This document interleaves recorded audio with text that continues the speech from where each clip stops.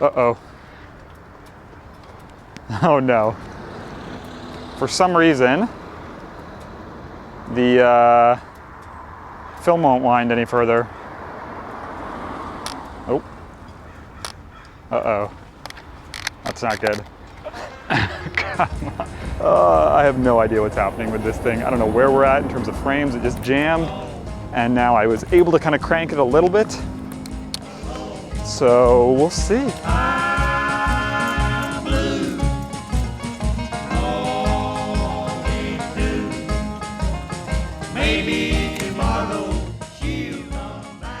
So I was recently on eBay looking for something specific, and as you do, I got super distracted while I was on there, and I ended up coming across this. This is the Konstruktor by Lomo. This is a build-yourself 35mm SLR camera. It costs 30 pounds, and it says you can put it together in 1 to 2 hours. So figured it'd be a bit of fun to just pick this up, build it, and we'll take it out, and we'll see if it actually works. So obviously you would never buy this and use it as like your main camera, although I guess you could if you want. But sometimes photography can just get so serious that, things like this are just fun to do every now and then. So we're gonna bust this open, we'll see what it's like, and we'll assemble it, and we'll go out and shoot some film. I actually just picked up some Fomapan 400 in 35mm. I've shot one roll of 120, really like the results, so figured this could be a nice cheap film to run through this thing. But this is kind of what we're working with, I guess. And, right away, this reminds me of one of those like car model kits from when I was a kid, which I used to love building. But those things you never had to drive afterwards. So, knowing that I actually have to make this a camera that works is it seems a little sketchy just looking at this as we start. But yeah, interesting. So I got the camera body. I guess it has like a waist level finder, which is interesting. Whole bunch of bits. This looks like this must be like the mirror and kind of shutter mechanism. Fascinating. All plastic, obviously. And then we have all these, these are the parts that look like they're from a car model. Little gears and all sorts of other bits. Anyways, this, I have no idea what to expect. Part of me thinks that this is just going to be a disaster. But anyways, I'm going to speed up this process. I'm going to build this thing, see how long it takes me, and then we'll go out and we'll shoot some film. So Lomo states that the Konstruktor takes 1 to 2 hours to build, and you end up with a fully working 35mm SLR. And overall, the build wasn't too bad, but there certainly were some moments of frustration. P1, B4, P9. This is the worst. Fun.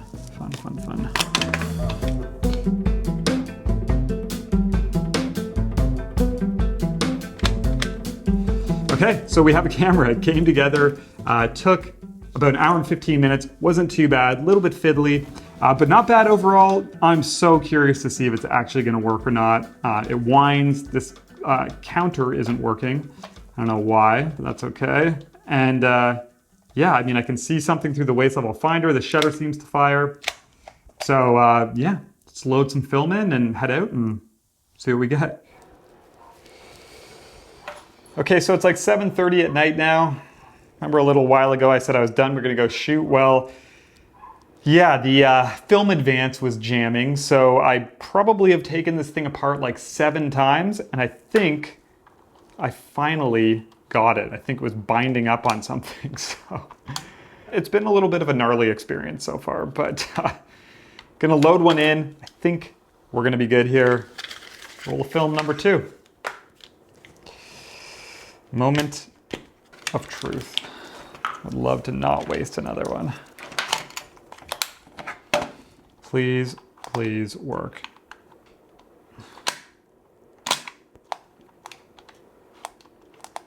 It sounds so bad.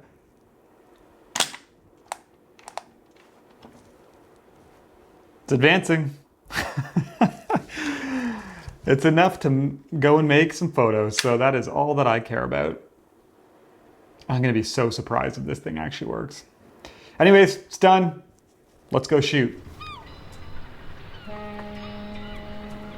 Okay, so out here with the Lomography Konstruktor, just about to start shooting with this thing, and I am very curious if this is actually gonna work. So gonna stick in this area, walk around here for a couple hours. I don't wanna go too far, spend too much time with this thing, because A, I'm worried the images might just suck out of this, and then B, I don't even know if it's gonna work or not. But anyways, very curious to see what it's like. Let's jump into it. Okay, here we go.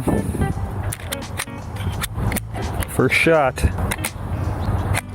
Okay. We'll see what happens. Ooh, that's kind of cool.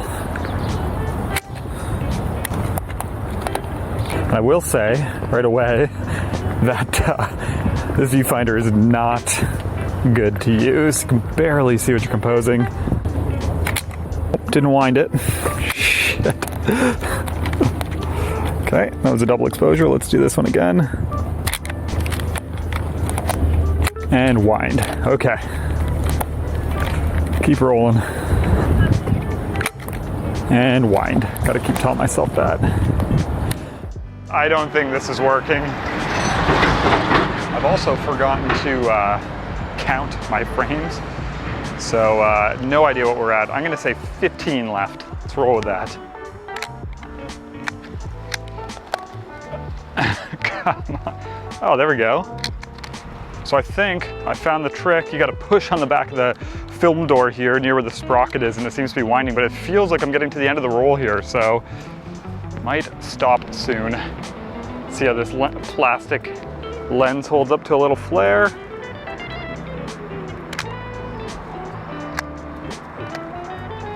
Come on, wind. I really want that shot to work. All right, I'm gonna head back to the car.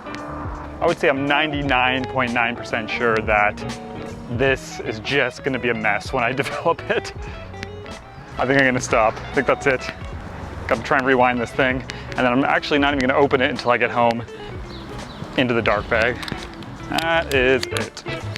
Goodbye. Okay, moment of truth. See what we're working with here. I actually have this feeling now that I don't think I actually ripped the film out of the canister. I think there's gonna be lots left, but probably not advancing correctly. And you know what? I'm gonna actually grab the tank and everything, and we'll do this all in one shot. Do I even try and rewind this? That's the question. You know what? Let's try. Might as well give it a shot. And it is, you know what? It is actually rewinding. So I didn't pull it out of the canister. That's so weird. It's rewinding completely fine. I don't know if you can see that. So it's just something weird going with the film advance. Maybe I'll have to go out for one more roll, see if I can get redemption on this thing. So weird. Anyways, okay. Let's just do this all at once just to be safe, and then we'll develop. We'll see what we're working with. You know what? I would consider a win if I get like 3 images. If I can get 3 images off this roll, I'll consider that a win. I just have a feeling that like the majority of them are gonna be just overlapped. Okay, going in the tank. And we're all sealed up. Okay, so I'm gonna go develop this and we'll take a look, see what happens.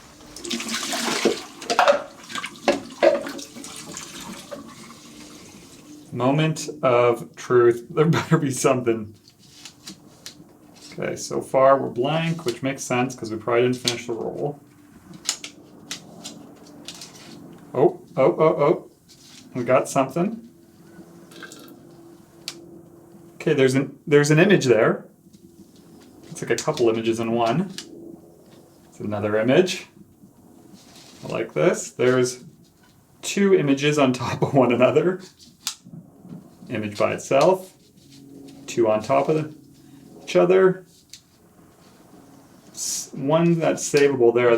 That looks like there's about 4 in one. Okay, so mixed bag. We have images though, so that's exciting. Something to show. Those ones, there's a whole bunch that actually spaced out quite nice. Okay, so actually not as terrible as I thought.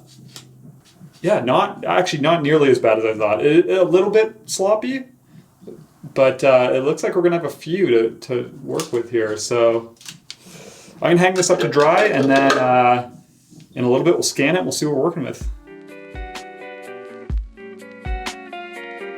Okay, so the results are in, and as you saw after I finished developing, I did actually get images, so that's pretty cool, and they weren't as bad as I thought in terms of the spacing. I didn't rip the film out of the cassette, and the spacing wasn't that bad for like a run of them, but there were a whole bunch that were overlapping. There's kind of some shredded sprocket holes and stuff like that.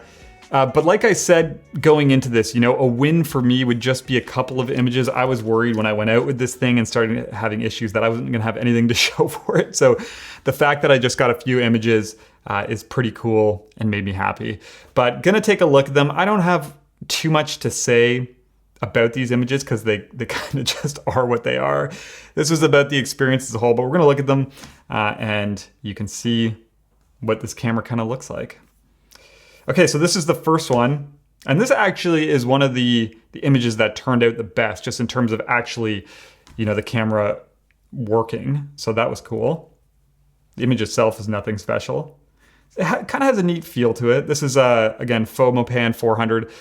This, obviously though, with like the fixed aperture and shutter, some of these were really dense and overexposed, but I don't think when you're using a camera like this, you're too worried about maximum quality.